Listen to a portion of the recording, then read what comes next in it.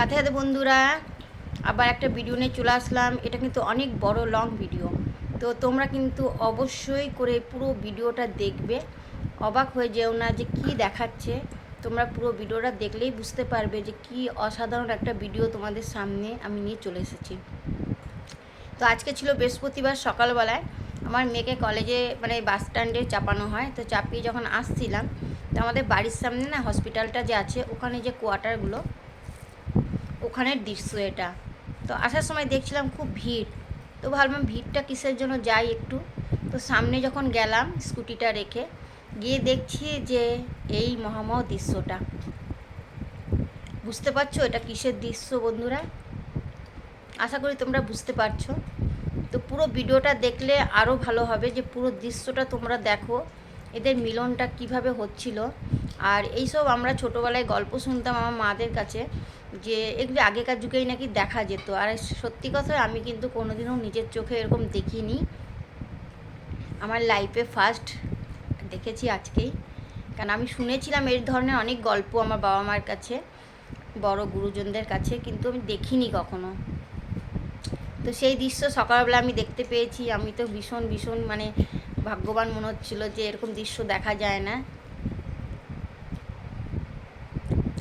তোমরা কিন্তু পুরো ভিডিওটা দেখবে বন্ধুরা, পুরো ভিডিওটা না দেখলে বুঝতে পারবে না। আর এদের কি নাম তোমরা একটু কমেন্ট করে আমাকে জানাবে। এরকম তো অনেক আছে ধরো, কিন্তু সবারই তো একটা নাম থাকে, এদেরও নিশ্চয়ই কোনো একটা নাম আছে। তো তোমরা যারা যারা জানো, চেনো, তারা একটু আমাকে অবশ্যই কমেন্ট করে জানাবে। আর পুরো ভিডিওটা আশা করি তোমরা দেখবে, দেখেই একটা গঠনমূলক কমেন্ট করবে। তো আমার তো ভীষণ ভয় লাগছিলো সামনে দাঁড়িয়ে ভিডিও করছিলাম যখন।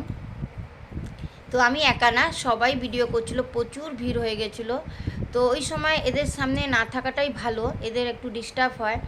কিন্তু কি করব, এরকম দৃশ্য যে দেখবে সেই তো মনে হবে যে না একটু দেখি দাঁড়িয়ে। এখানে এইসব তো দেখা যায় না, এগুলি শুনেছি, ভিডিওতে দেখেছি, কিন্তু নিজের চোখে এরকম দেখিনি। তো আমার মতনই সবাই কিন্তু ভিডিও করছিল, সবাই দাঁড়িয়ে ভিডিও করছিল। তো এদের অনেকটা অসুবিধাও হচ্ছিল, কিন্তু কিছু করার নেই। আমরা তাও দাঁড়িয়ে দাঁড়িয়ে ভিডিও করছিলাম, কথাও বলছিলাম। তো দৃশ্যটা খালি দেখো, কি অসাধারণ দৃশ্য। আর এটা ঠিক আমাদের বাড়ির সামনে যে একটা হসপিটাল আছে, বড় হসপিটাল, ওই কোয়ার্টারটার মধ্যেই হয়েছিল ঘটনাটা। দেখো দৃশ্য দেখো বন্ধুরা। আমার কিন্তু এখনও ভয় লাগছে। তখন অরিজিনালে তো আরও ভয় লাগছিল, এই ভিডিওটা দেখেও আমার ভয় লাগছে।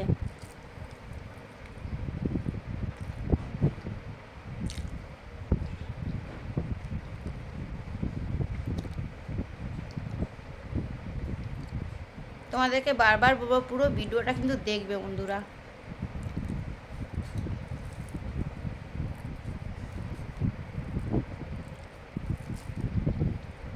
সকালবেলার দৃশ্য, রাতের বেলা হয় তাও হয়, একদম সকালবেলার দৃশ্য।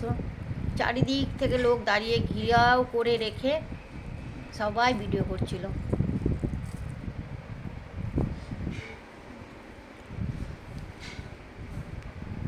তো ভিডিওটা কেমন হয়েছে অবশ্যই বন্ধুরা আমাকে একটু কমেন্ট করে জানাবে।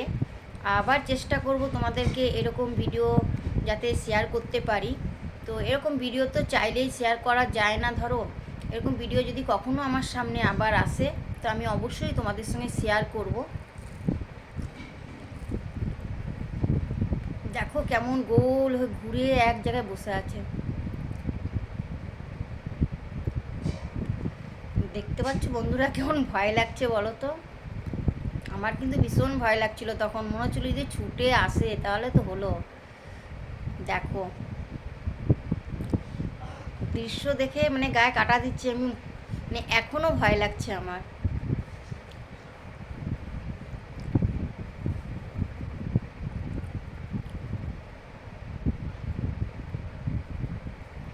আমি ছোটোবেলায় গল্প শুনেছিলাম যে এগুলোর একটা মিলন হয়, যুগল মিলন।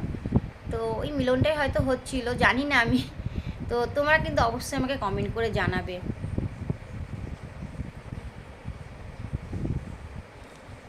কি অবস্থা খালি দেখো।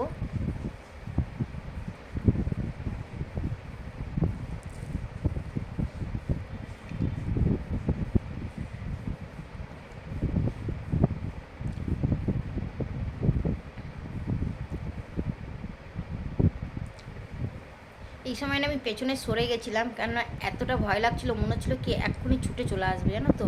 আমি ভয়েই পেছনে চলে এসেছিলাম এই জন্য।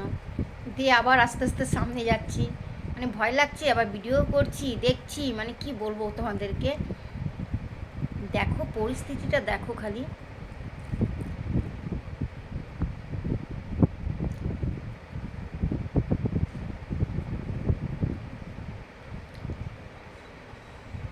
তো যাই হোক, ভিডিওটা তো করেছি, কেমন করেছি জানি না। তোমরা আমাকে কমেন্ট করে অবশ্যই জানাবে আমাকে যে কেমন করেছি ভিডিওটা। খুব ভয়ে ভয়ে করেছি, আতঙ্কে করেছি। আর এদের নামগুলিও কিন্তু প্লিজ যদি তোমরা জানো তো আমাকে কমেন্ট করে জানাবে। নেক্সট ভিডিওতে আবার তোমাদের সঙ্গে চেষ্টা করব এই ধরনের ভিডিও দেখানোর জন্য।